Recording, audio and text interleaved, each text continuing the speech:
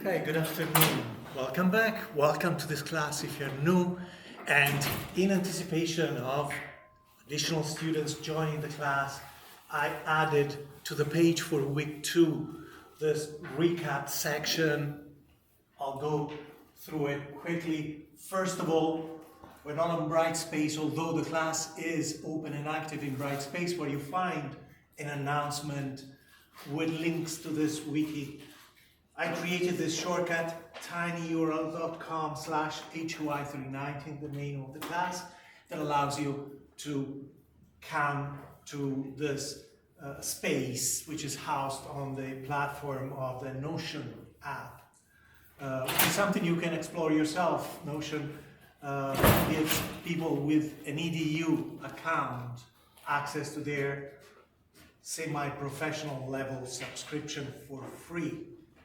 If you missed last week's classes, there are recordings available on YouTube, and they're also inside week 1. So here you find bookmarks, but go here on page week 1.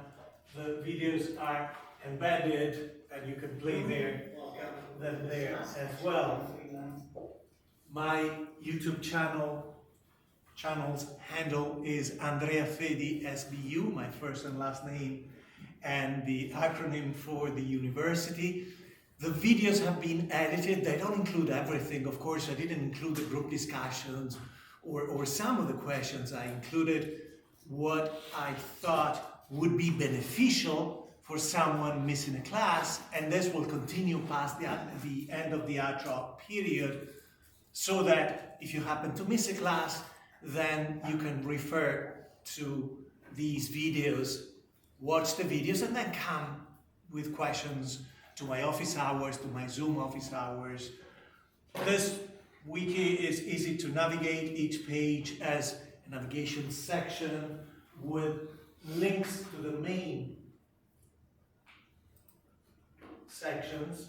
So I go to lectures and readings, I can go to the page for this week, and at the end I find references to various sections, the calendar, the syllabus, other weeks. Of course, from week 2 you can go to week 1, and later I'll add the link for week 3. It's intuitive, it runs well on your phone, on a tablet, not just on your computer.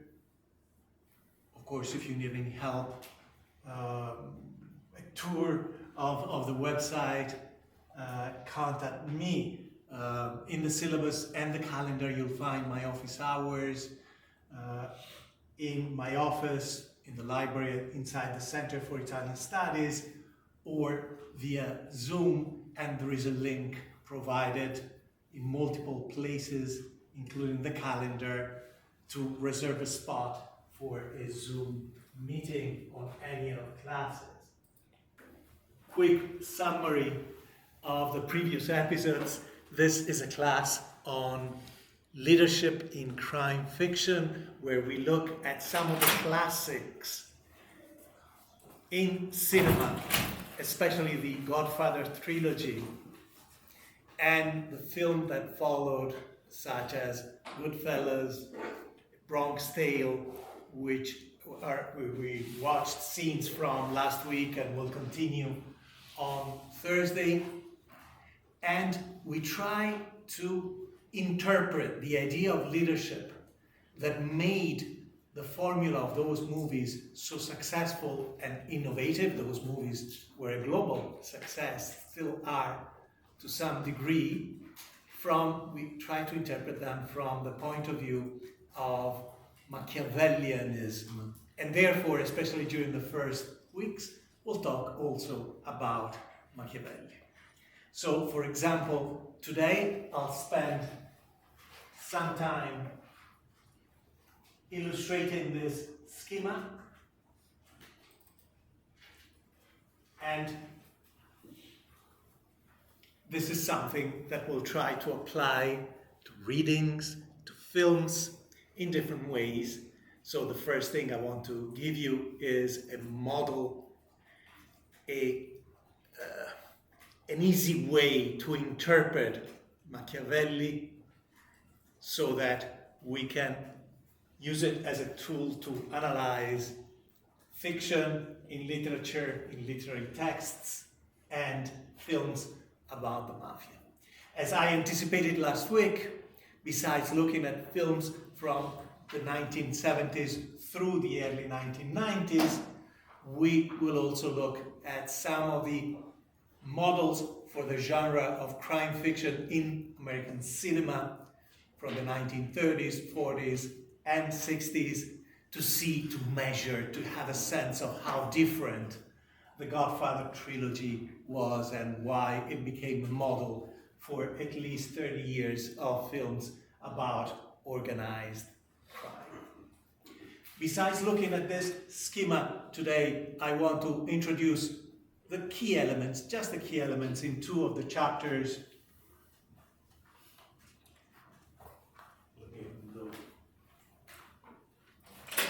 Hi, HUI 390? Yes. Come in. I didn't know the door would lock itself after a while. Have a seat, please. We just started. I was saying I want to look at the key ideas in two crucial chapters from The Prince, chapter 6 and chapter 7. On Thursday, we will talk more about A Bronx Tale, its plot, the main themes, and we will look at a few scenes, both in terms of style and also content. Okay, of course, at the end of week 2, there are some assignments, but I'll review them with you later on. Okay.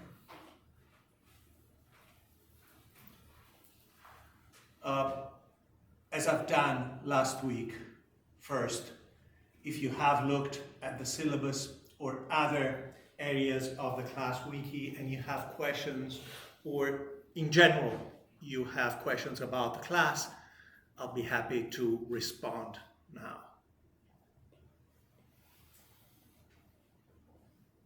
Okay?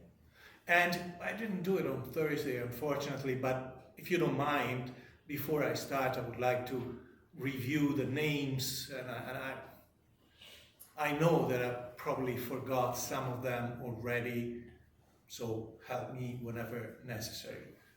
You are new, right? You weren't here last week. Your name? Shamar. Shamar. Shamar? Yes. Okay. And Brandon? Okay. Iraj? Gary? Yes. Melanie? Melanie? Yeah. Okay. And Shane? And Matus? No, Mazu. Sorry. Anthony? And San and Harrison. Jill? I've forgotten your name. You just introduced yourself. Chris. Okay. Thank you. Chris. Leah and Lisa and Gia. Okay. Thank you, Gia. Let me think about it. No. Sorry. Melissa. Okay. And Ludovica and Elizabeth. Okay, well, it'll take me a little bit of time. Are you able to see this clearly? Because otherwise I can zoom, because I don't need to have everything on the screen at the same time. I can just move the screen around. Are you sure? Are you comfortable? Don't just say yes to please me, right? This is your class. And in general, let me tell you something, right? So, my guess is that you're not here because you're majoring in cinema or in the humanities, for the most part. You're here for the general education requirement. You're here because you enjoy the topic of the class. Maybe you're familiar with some of the film. Some people told me that some of the films in our list are among their favorites. My general recommendation is use your brain freely. Use your curiosity. Apply your reasoning. to the class. So feel free to ask questions, interrupt me, but in general, don't worry so much about the formality of the process. For example, today's assignments include readings from the introduction of a recent edition of The Prince with some historical elements, some elements from Machiavelli's life, the history of Italy from that time, how The Prince was written. Use the readings strategically. Try to use the readings to further your understanding. Don't worry about memorizing historical dates, places, names. We don't have a midterm. We don't have an exam. It wouldn't be appropriate for this kind of class and this kind of audience, okay? They're there so that you have a more comprehensive understanding. They're there for reference if you need to go back and review some aspects for one of the written assignments. There are 4 written assignments. There is a final project, okay? But more than anything, try to engage directly with the class. Don't let any lack of information or specific expertise hinder the process of engaging with the materials of the class, okay? So, again, interrupt me at any time, either to tell me to repeat, to slow down, or to add, to ask questions during this process. Of course, especially for something like this, this is the foundation of our Machiavellian analysis of the fiction, of elements of fiction, titles about the representation of organized crime, but we'll go back to these concepts, okay? I just thought it would be important to put the most important part first. So, we're trying to schematize Machiavelli's ideology, which is not always directly clear when you read The Prince, and I'll repeat the recommendation I gave last week. Don't be pulled away by the superficial look of things when you read The Prince. If you read about political murders, violence, deceit, it doesn't mean that those are the universal instruments of politics according to Machiavelli. Those are examples that have to be understood within a network of ideas. Otherwise, you just be persuaded that Machiavelli is this dark, diabolical intellectual, when in fact his system is a bit more complex. Going to the core of this ideology, we know that Machiavelli's central interest was power. But what does it mean? Because power can have different manifestations and different interpretations. So just to say one simple thing, how is The Prince as a short, unconventional treatise different from previous books on the theory of politics, the theory of power that came out, for example, during the Middle Ages, during the 2 or 3 centuries before Machiavelli. In those books, oftentimes, the concern with power was about the source of power and the source of the legitimacy of one's power. Of course, this is not absent in Machiavelli, and you will often find it, but in very limited, very practical terms. That is to say, how does this leader have power? Where does the power come from? From the family, if they're aristocrats, if they are like Cesare Borgia, the son of a powerful pope, or do they create their power through a military career, get their power from the allegiance of their soldiers, from citizens that help this leader overthrow the power? But there is always, it's always a question with a limited and very specific answer, whereas if you take the Middle Ages, their primary concern is what is power in universal philosophical term, and when does power come from, to which the answer is usually it comes from God. But if it comes from God, how does God give power to an emperor, to the king, to the pope? Who has more power? How do we establish the legitimacy of a leader, etc.? Okay? No. In the case of Machiavelli, talking about power means talking about control. And this is the first critical passage, because Machiavelli will not use the term control, usually. Will use terms that relate to the idea of power, synonyms of power, right? But in your mind, try always to make this additional step. To have power means to have control. And again, control over what? Because it might be easier to say control over people, right? I control the people, I can tell them what to do. But this is a simplification. This is not what Machiavelli is about. That element is present, but I put it to the side because the most direct relationship is between the idea of control. To have power means to control. To control what? To control the outcome of a political strategy, of a political campaign, of a political operation. And then, of course, from Machiavelli to the Godfather, you can replace political with criminal, right? A criminal war, a criminal campaign, etc. We'll examine that. To be powerful means to have control over the outcome of your actions or your plans.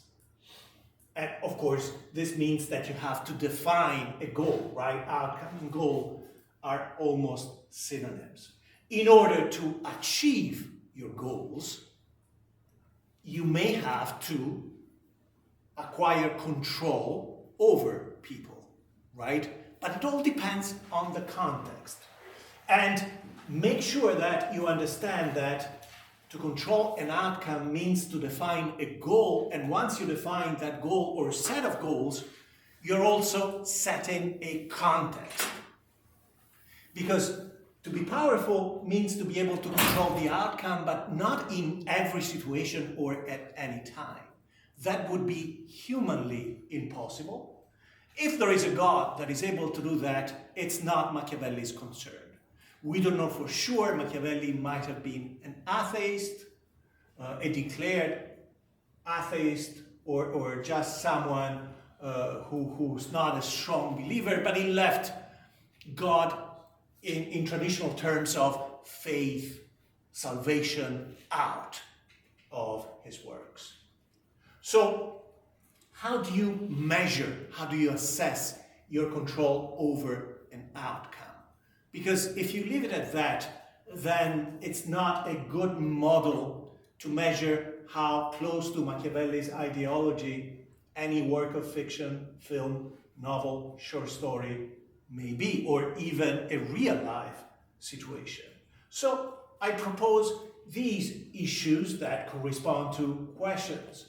You control the outcome if, first of all, the outcome is predictable. Okay?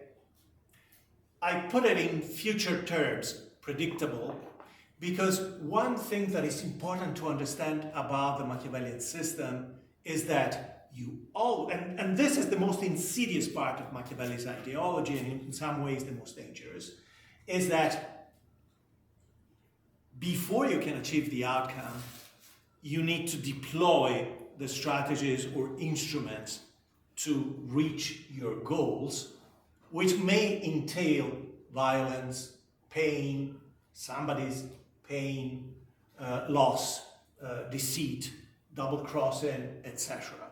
So the deployment of those strategies is sure once you decide to proceed that way. You know it's going to happen, right? It's very true for many of the fictions about crime and organized crime. Whether or not you will achieve your goals by deploying those Machiavellian means or strategies remains to be seen. So Machiavelli is not promising that the success using his system is guaranteed, but it should be predictable. That is to say, it should be more than a small advantage. So you have enough power to control the outcome of a plan or a campaign if your goals are predictable.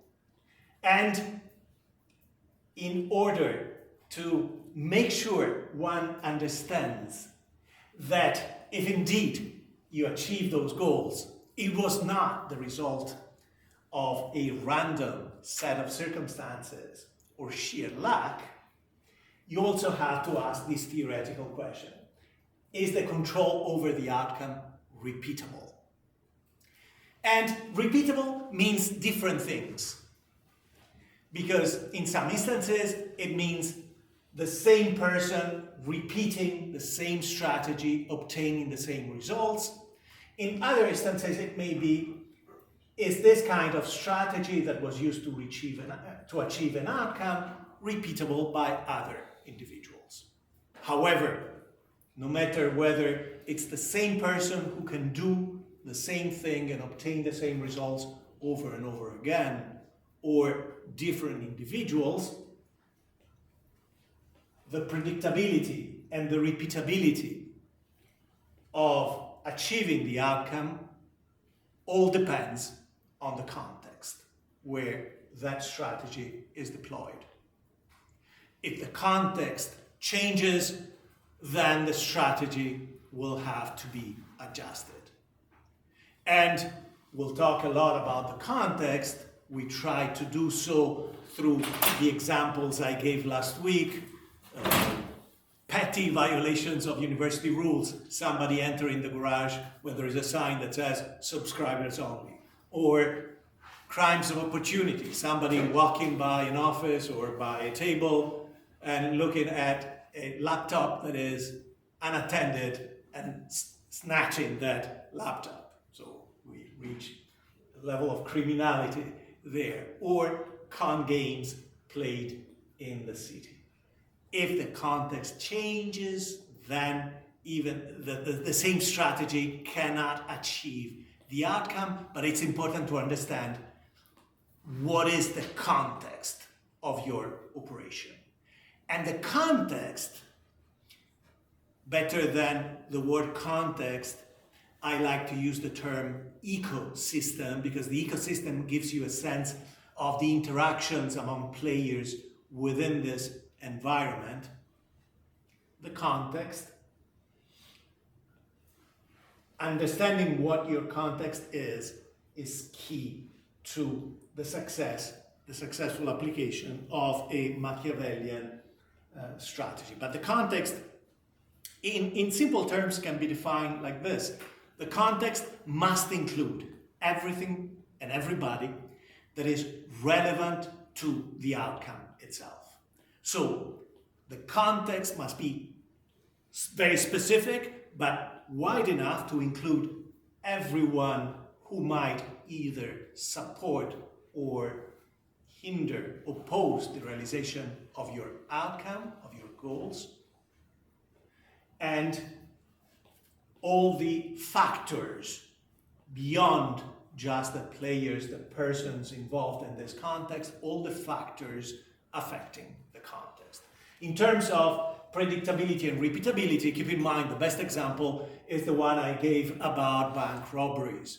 Bank robberies are not really repeatable for a long time, because unless you move constantly and hit different banks in different counties, in different states, if you continue to operate within a small enough context, you'll simply find increased police presence around banks, and therefore what worked the first, the second, maybe the third time will not work in the long term.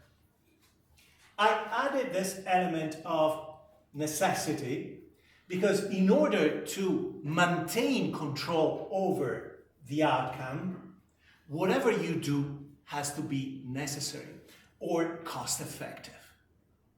And this is especially true for the deployment of violence and deceit.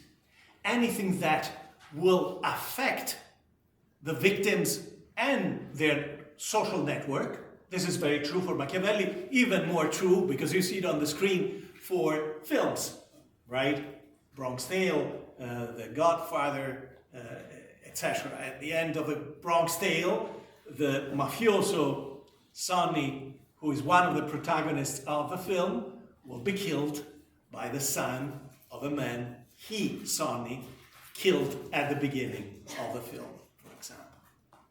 So, especially in the case of the use of violence, that has a cost, a material cost, because in order to use violence, you need to have weapons, trained soldiers or trained members of the criminal organization, and an immaterial cost, because it may affect your image, your public image, in negative ways, because you want to use that image so that you don't have to use force all the time, and you want to be able to use your image to manipulate your subjects into complying, right, into collaborating with your goals.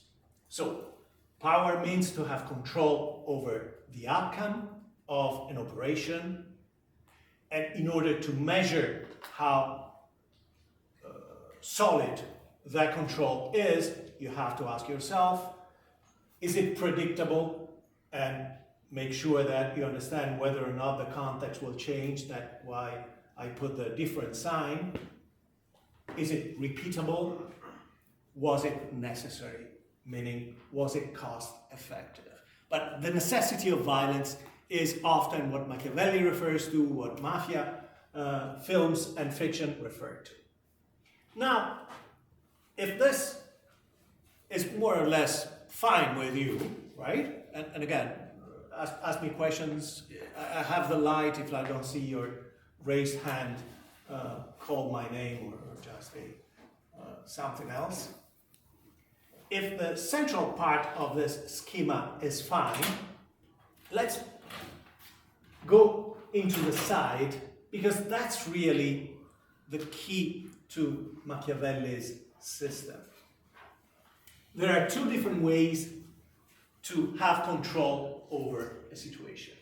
One is direct material, and that is force, right? You point a gun at someone, you control that person, right? You enter a bank with a gun, you control that context. If you're able to neutralize anyone else there, if you're able to insulate that context from other people coming in, etc. And of course, when we're talking about a context, it's always something that you can measure in terms of space, you can measure in terms of time, right? A bank robber might maintain control, might be able to maintain control over the robbery for a few minutes, usually. If it goes longer, it becomes a siege situation, then control will, at some point, escape from the hands of the robbers. Okay? So there is a direct way to have control over the outcome of a situation, control over a context, and that is to have force. The use of force is resource heavy, especially for Machiavelli, but in general, right? Because you need to have soldiers, you need to have members of an organized crime available, and therefore you need to pay for them, you need to make sure that if they go to prison, their families are supported so that they're not encouraged to talk, etc. It's costly, it can be expensive, and in Machiavelli's view, the use of force can only be limited in time. That is to say, no matter how much force you have available, no matter how many soldiers police officers, if you're a mafia boss, no matter how many criminals you have under you, you cannot be using force the whole time. At some point, this will not be cost effective anymore and will cause your eventual demise. A good example of that might be, for example, the mafia operations in Italy from the 1990s, where the mafia engaged in a war with the government, killing judges, putting bombs in various cities. But this prolonged campaign eventually produced such a strong reaction from the government that was able to allocate more resources than those available to the Sicilian mafia boss, that a lot of them ended up arrested, and with a guilty verdict, many of them died in prison. Ludovica, you have a comment or a question? It's more like of a comment. So there are two things that I remember, like the kind of changed with time. Like back in history, I remember that I remember by the code that there were homicides committed by family of the mafia, or even regular people if the honor of some member was like somebody was like raped or killed. Yeah. The police wouldn't even get involved into that because that was a homicide of honor. So like pretty much you're killing somebody because you did do something bad. And then with time, it's true like what you said, like the government is putting a lot more for like In the case of the mafia, and this is true of other criminal organizations, the more you use force and the more visible you become to the rest of society. And this is not good, right? And we saw even,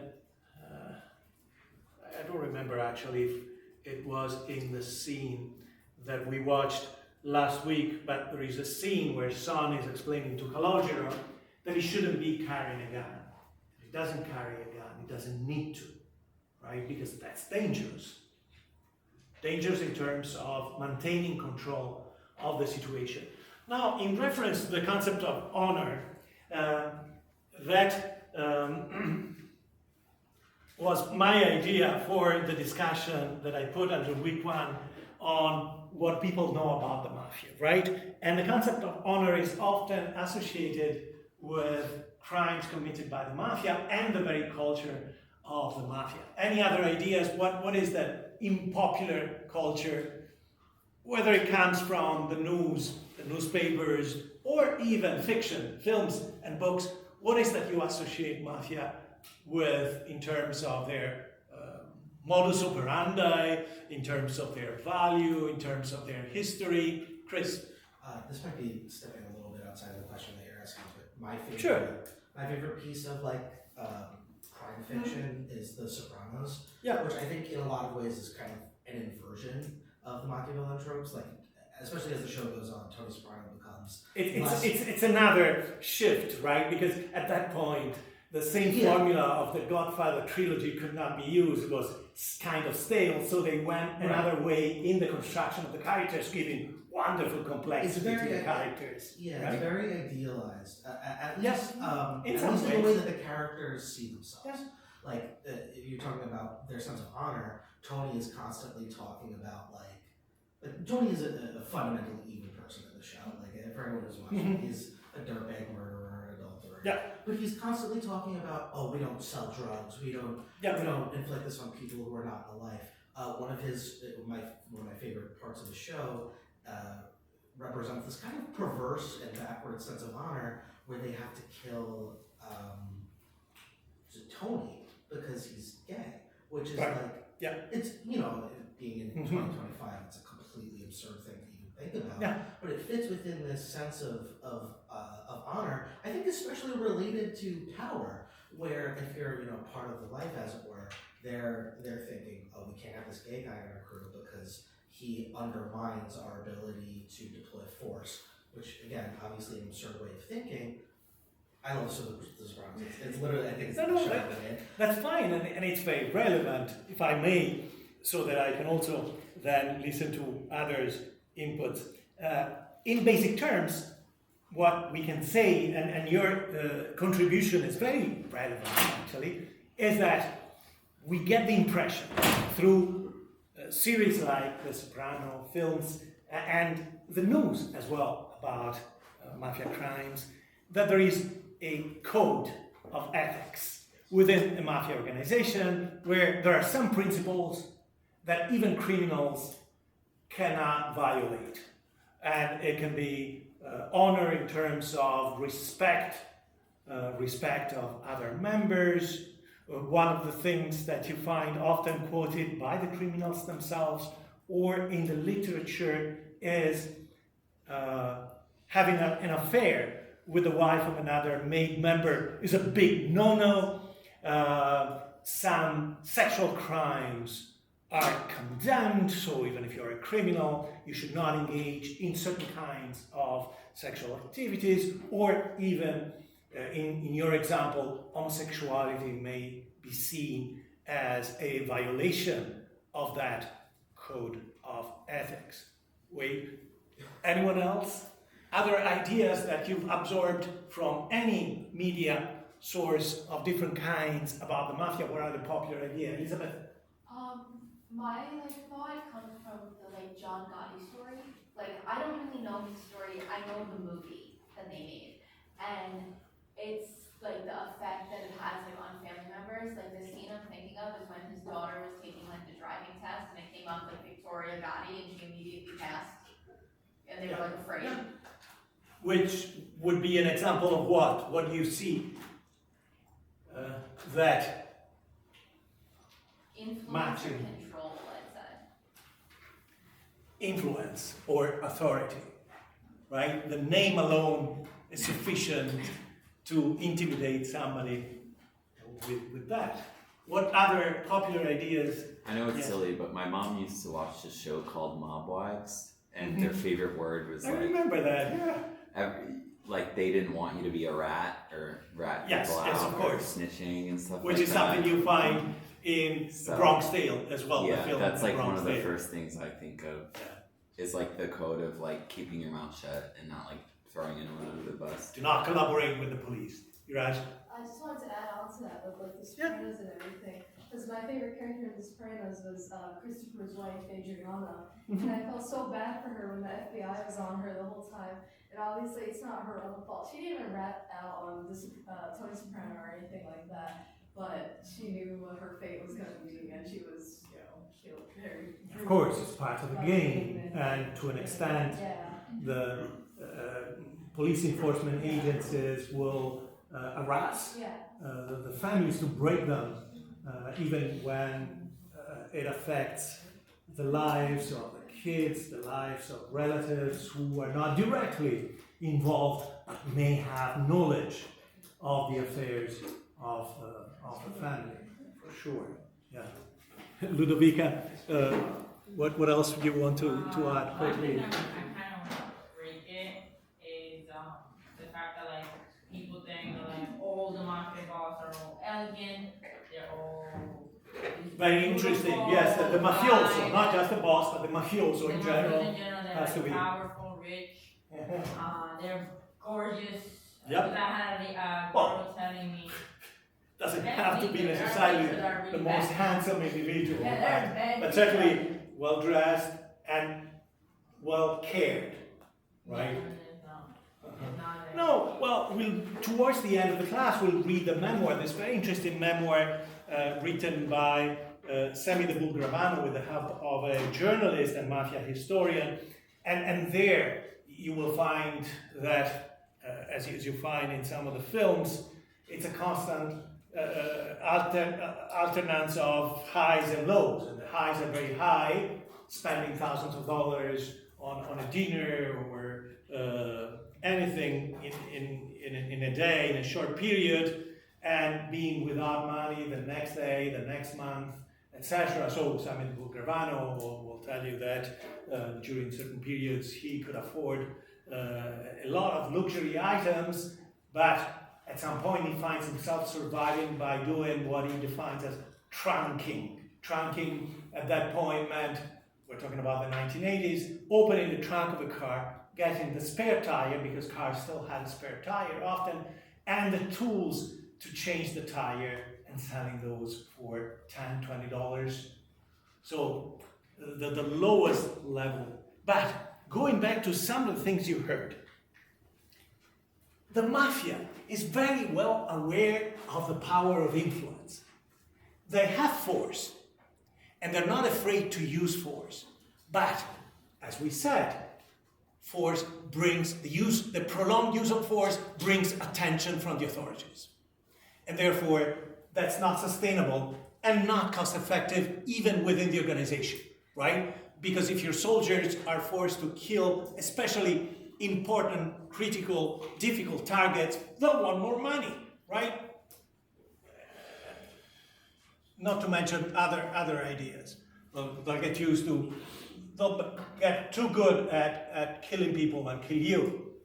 So influence is what is connected to some of the ideas we just heard from Ludovica, Elizabeth, Chris, Gary, Iraj, because many of the things I heard are actually part of the myth of the mafia, which is not something created outside of the organization. Rather, it's something that often originated within the organization, and if not, was then appropriated by the organization. So there were already some myths in the mafia before the Godfather trilogy. One of them has to do with honor.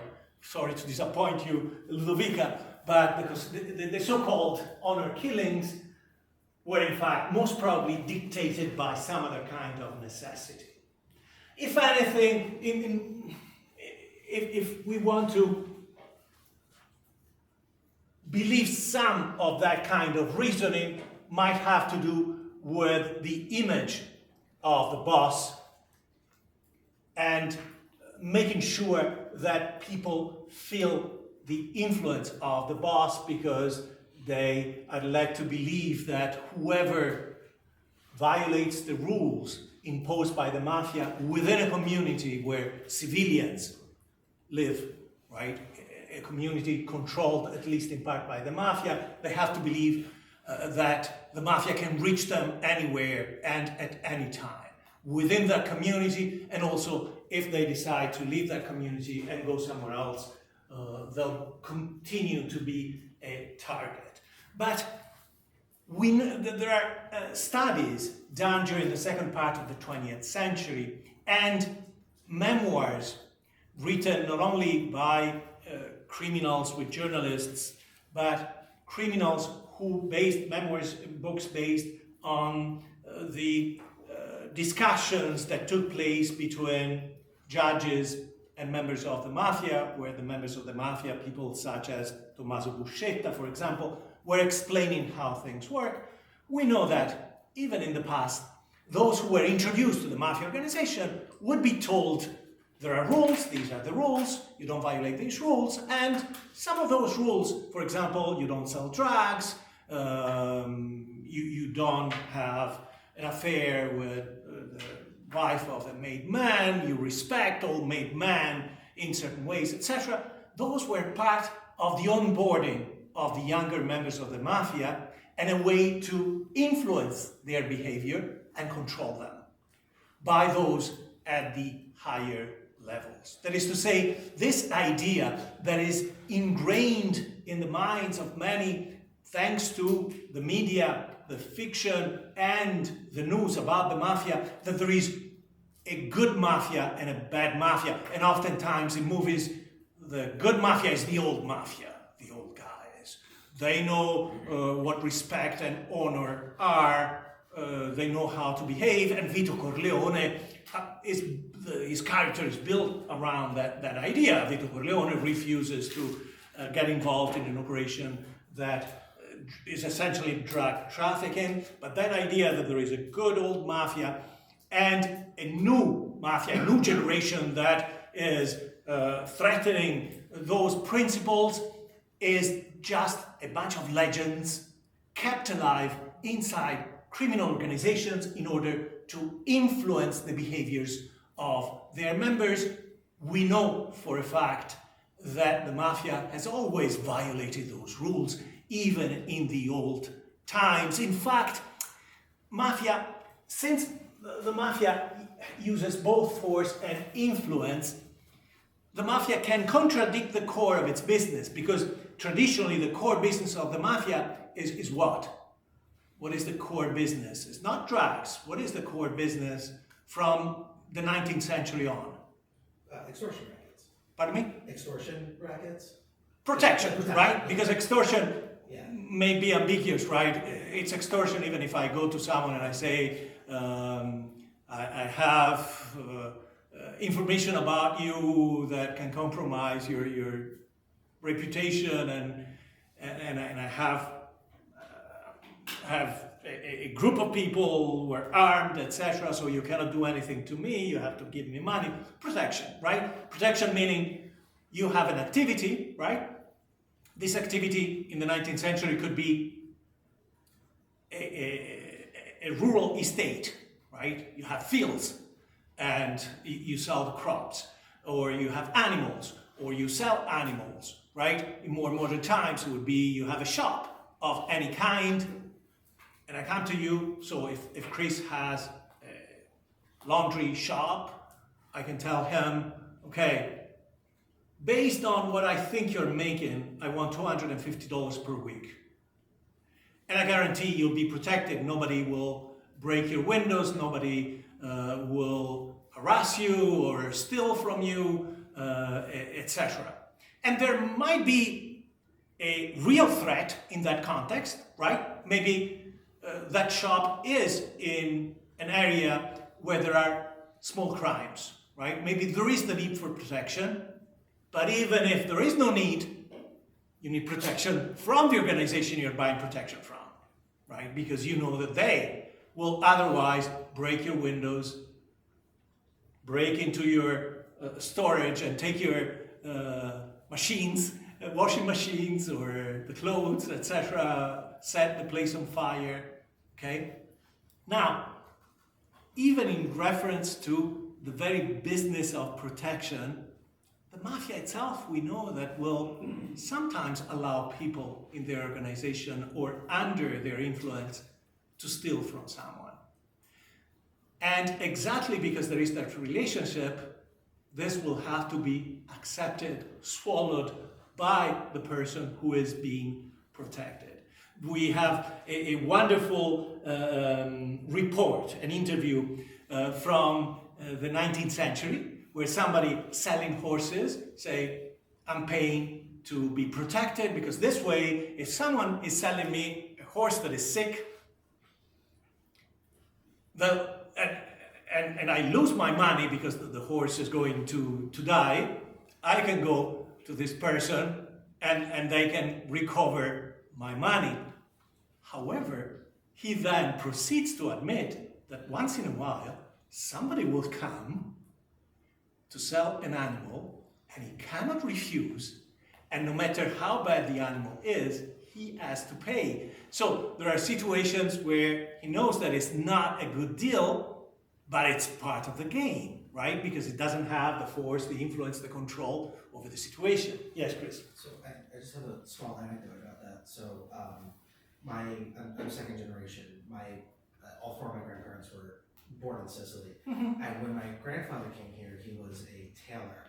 And this is a little bit of urban legends in my family, but I think it's mostly true. Through some method or another, he ended up making suits for John Gotti, to which he was extorted by the fact that he was gay, and it was the 60s and 70s, and that was something that was unacceptable, especially amongst Frowned upon. Yeah, especially amongst Sicilian men, which I can say as a result of fellow members of the family.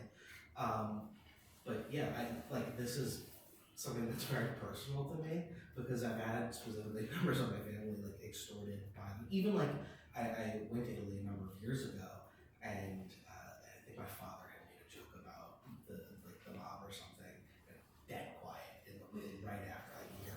Right, because you never know who might report that joke Yeah. and what the consequences might be, right? But something you see constantly, you certainly see it in The Sopranos, you see it in Wise Fellas, is a situation where a shopkeeper or a restaurateur, the owner or manager of a restaurant, enjoys the protection of a mafia organization, paying for that protection, but then, on top of that, if a member of that group comes to the store, comes to the restaurant, and decide not to pay, nothing can be done about it. Yeah, that happened. Right? So it's a different kind of contract. It pretends to be a business contract, but it's not at all. Right? So this idea that there is a code of ethics is contradicted by the practices of the mafia all the time, constantly. Right?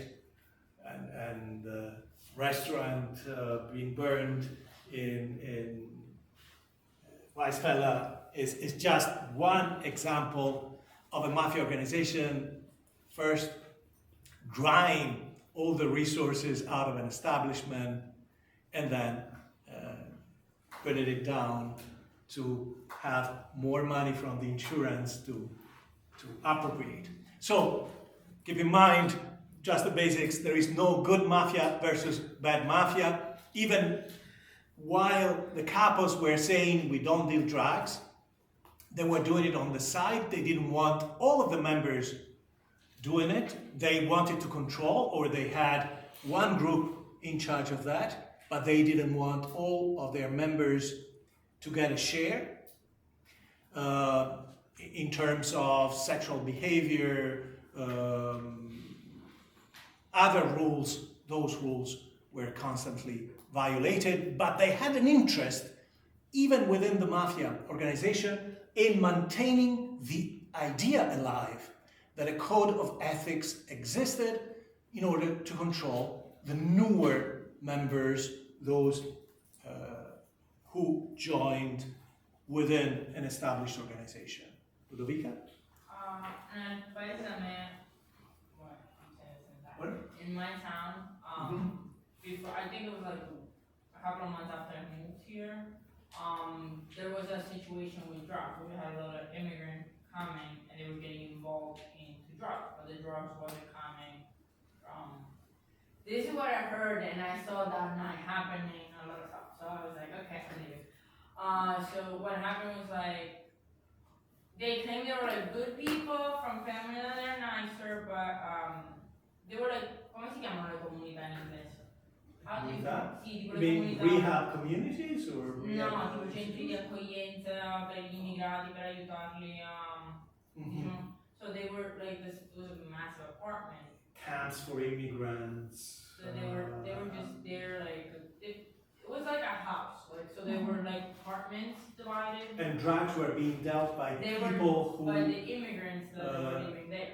had been placed in those They were camps, not really those wasted. institutions. That drug was coming from Africa. Right? So the thing So- was, in my town, whoever owned the drug, So they were, what happened? What It was was the from the- reaction by the local? the criminals. local, one night we saw like a massive group of people armed with anything. They entered, they destroyed everything, they literally beat the hell out of some of those people, and the drug sale went back to where. Yeah. So it was a matter of competition. So It they was a wanted matter- to assert that they controlled that area and the distribution of drugs in that area, and they couldn't suffer this kind of competition. At the same time, this kind of action can be dressed up as a reaction by the community, right? Restoring the cleanliness to the place, the same way that we know that mafia organizations, members of the mafia, have been involved in anti-mafia organizations so that they could influence and control the activities and also put a nice face to an area to reduce the visibility of their presence and the extent of their control. But again, in terms of influence, keep this simple equation in mind. What is more cost effective? paying cops and judges or building up an image that will induce people to collaborate out of indirect benefits or out of fear, right? And clearly, if you build your deterrence and influence, then you're saving money and resources, essentially. Okay? So, let me try to go through the rest of the schema because I still want to add a few things about the prints. So, we talked about the direct use of force. Now, even the direct use of force has an immaterial component, which is deterrence. Or in Machiavellian terms, in the terms of A Bronx Tale and other films, fear. That is to say, if you have force, if you're willing and able to use force, you don't necessarily have to use force all the time because people will be afraid of you and will not do what you don't want to happen or will do things out of fears. I didn't put the opposite of deterrence, which is compellence, when people are compelled to do something because they're afraid of the consequences enforced by a group that has force. And often I've referred to criminal organizations, but some of these principles work for gangs as well, right? For example, deterrence. On the other side, another form of control that is not as direct and material as the use of force, meaning the use of violence, but rather it's indirect, is influence. Influence is not resource heavy. You don't need to commit many resources to acquire influence, but it certainly requires skills, right? Could be at the most basic level, charisma, personality, right? And we know, for example, that celebrities have influence because of their charisma, okay? They didn't invest money or resources, a lot of them, to create their influence. However, the commitment is heavier in terms of time. In order to maintain your influence, you have to keep working at it, right? And we know that some celebrities can have a very long career and during that career have influence over the audience or a customer base when they sell products, and others have a meteoric career where they rise to celebrity status, remain there for 6 months, for 5 years, and then they get forgotten or come back as beings, right? But they're not as important. Influence means that I don't need to point a gun at you in order to have you cooperate in a plan that I have to achieve a certain outcome. Influence can also be achieved through manipulation, right? Gaslighting would be a form of manipulation, of course. Influence can come from status. Money, wealth would be a form of status as well as celebrity that comes with influence. But influence is a normal currency for the use of power and the distribution of power in society. So, for example, going back to one reference made by Lovica, are the mafiosi well dressed? Often they are.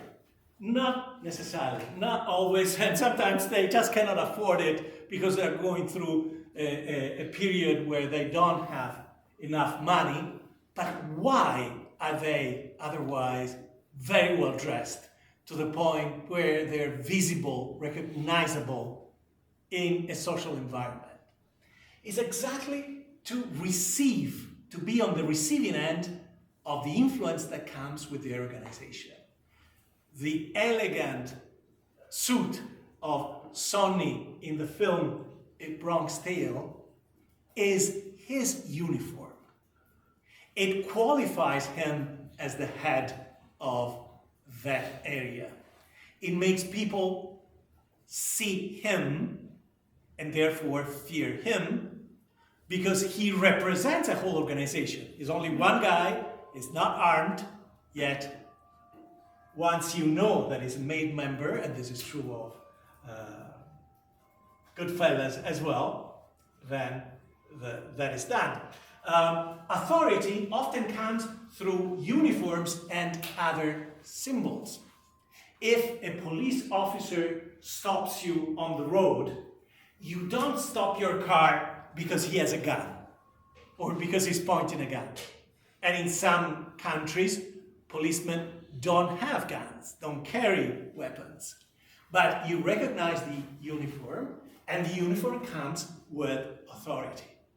So when the police officer says, show me your driver's license, show me your insurance, or different documents depending on the country you are, your registration, of course, you comply with that because you recognize the symbolic power of the uniform, right? The same is true with a professor, right? A professor doesn't have to point a gun at you to make you follow the class, do the homework, etc. But you recognize the authority of the professor because the professor represents the university system, okay?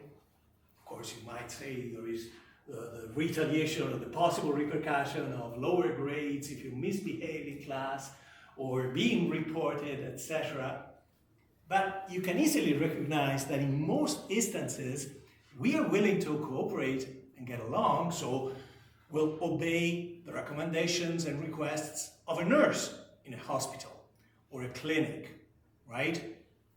So that becomes a form of influence to the point where just by wearing the uniform of a nurse, pretending to be one, you can achieve compliance, right? You don't need much more than that. You can just pretend to be one. Now, to put two important things together, the real intuition by Machiavelli, the most brilliant intuition by Machiavelli and in his book The Prince, is that you cannot have power, meaning you cannot control the outcome of your strategies unless you combine force and influence effectively.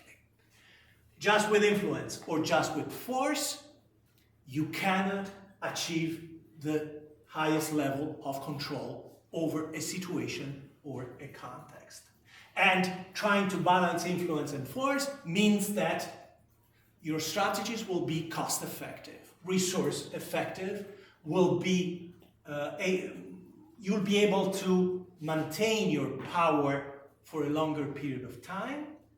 And chapter 6 and chapter 7 of The Prince speak to that. Let me show you briefly. We have about 15 minutes, and I'll circulate in the meantime while putting something else on the screen. There are 2 pages with the attendance. I printed this yesterday morning, so Chris is not there. Others might not be there. This is just reflective of what Solar gave me yesterday morning. If your name is not there, just go to the second page, add your name and your signature, and of course, we'll update it later on. Okay? So, let me show you what I posted under week 2. Under assignments.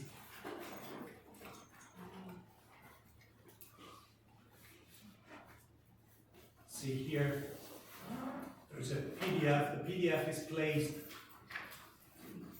on Google Drive, and therefore you need your Stony Brook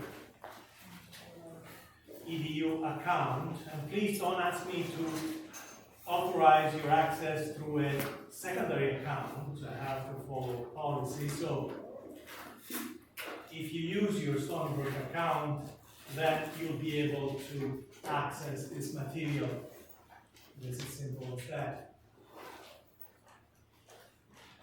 Let me go through the process myself. This, of course, this computer has not memorized the password.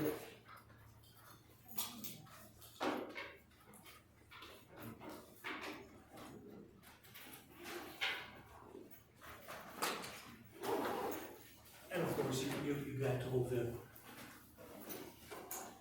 steps to ensure security.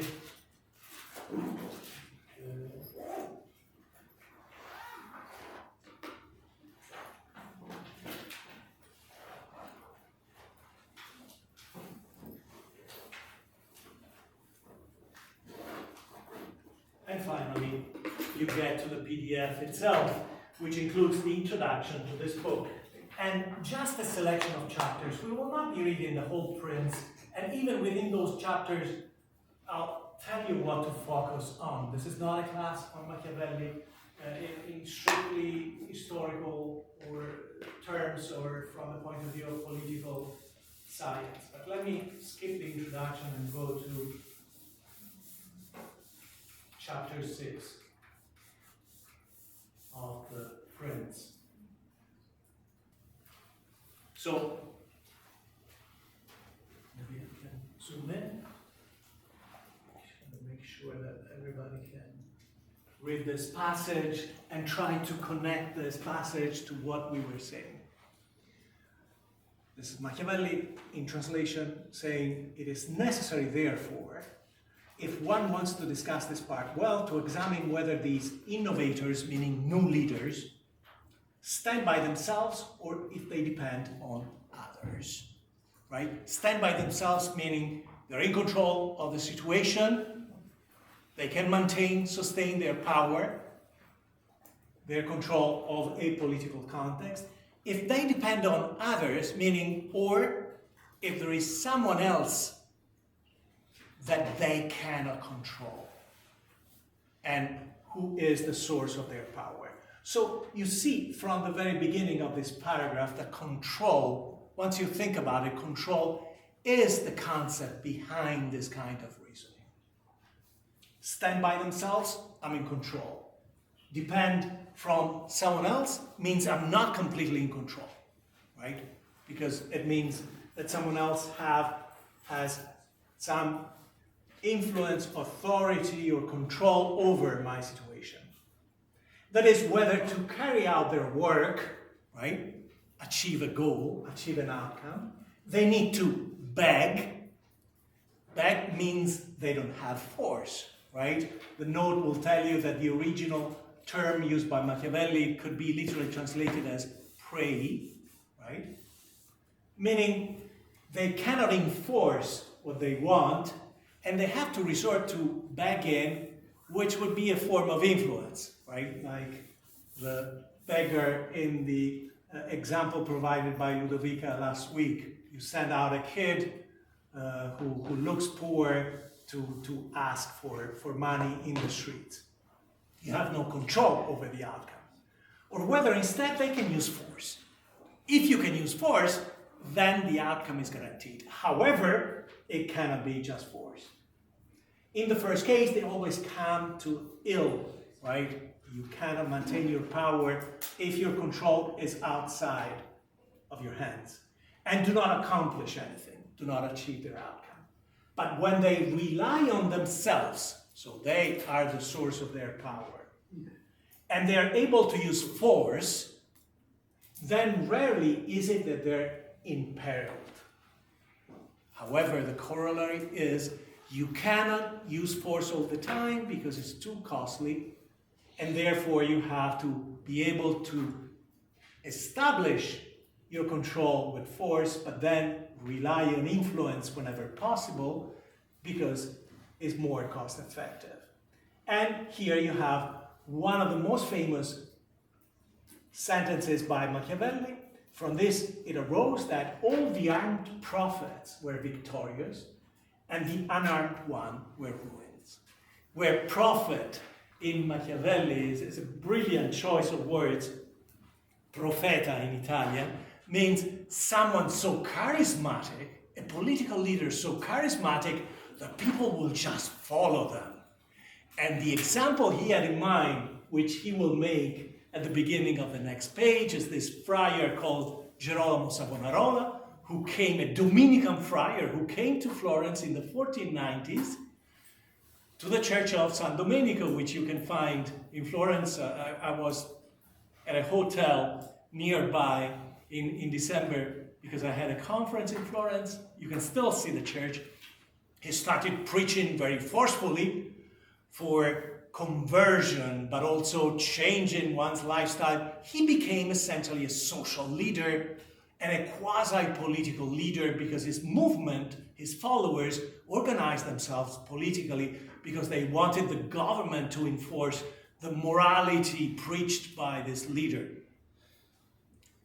He was very charismatic, great speaker, great public speaker. So people would go on Sunday for the Mass to hear him talk, and they would do what he was telling them. He would tell them, renounce gambling, burn your cards, right? Tuscans play various games of cards, destroy your dice, destroy the books that are not moral. And people would do those things in the public piazzas in Florence.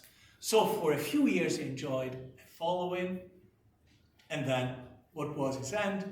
He was condemned at the request of the government of Florence. He was condemned by the church in Rome as a heretic and burned in Piazza della Signoria. To be exact, if you care about that, he was actually strangulated before they set fire to the wood, the pieces of wood that they placed under his feet.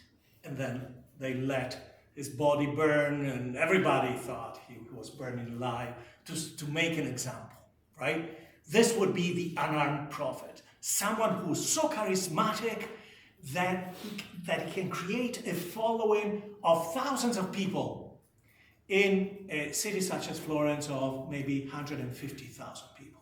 A lot, I'm saying thousands, but probably it's tens of thousands. More than 10,000 for sure. However, no matter how great his influence, he didn't have force, and therefore, ultimately, he lost control in the context where he was operating.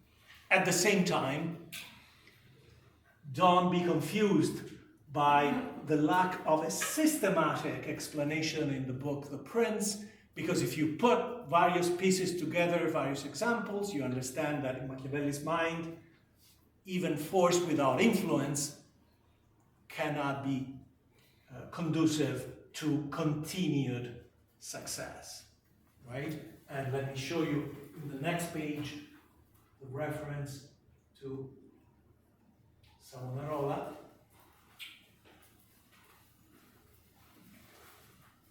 Right, as in our times happened to brother Girolamo Savonarola. He was ruined in his new orders when the multitude began not to believe him, which is similar to what Sonny was saying to Calogero in A Bronx Tale. That is to say, yeah, I know the people around me like me or show that they like me, but they don't really care for me. They wouldn't do what I tell them to do if he didn't have the force of the mafia organization behind him to enforce that, right? And he doesn't need to bring a gun because he has the power of deterrence as a representative of the mafia. Okay? So you'll find these, chapters 6 and 7 are not too many pages, and I'll say a few more things about those chapters next week, about the key elements. There is another key element in here in reference to the context where Machiavelli is saying, in order to be successful as a leader, you must possess the skills that are in demand in the ecosystem where you operate.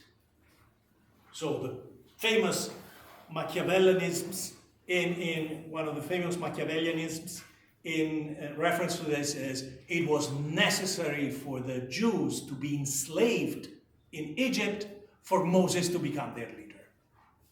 Meaning he was the right kind of leader for that situation. If he had been born later on when the Jews were established in Palestine, then he would not have had a similar career. Okay? So it's not sufficient just to have power and influence. You also need the skills that are right, have and developed the skills that are right to be successful in a certain kind.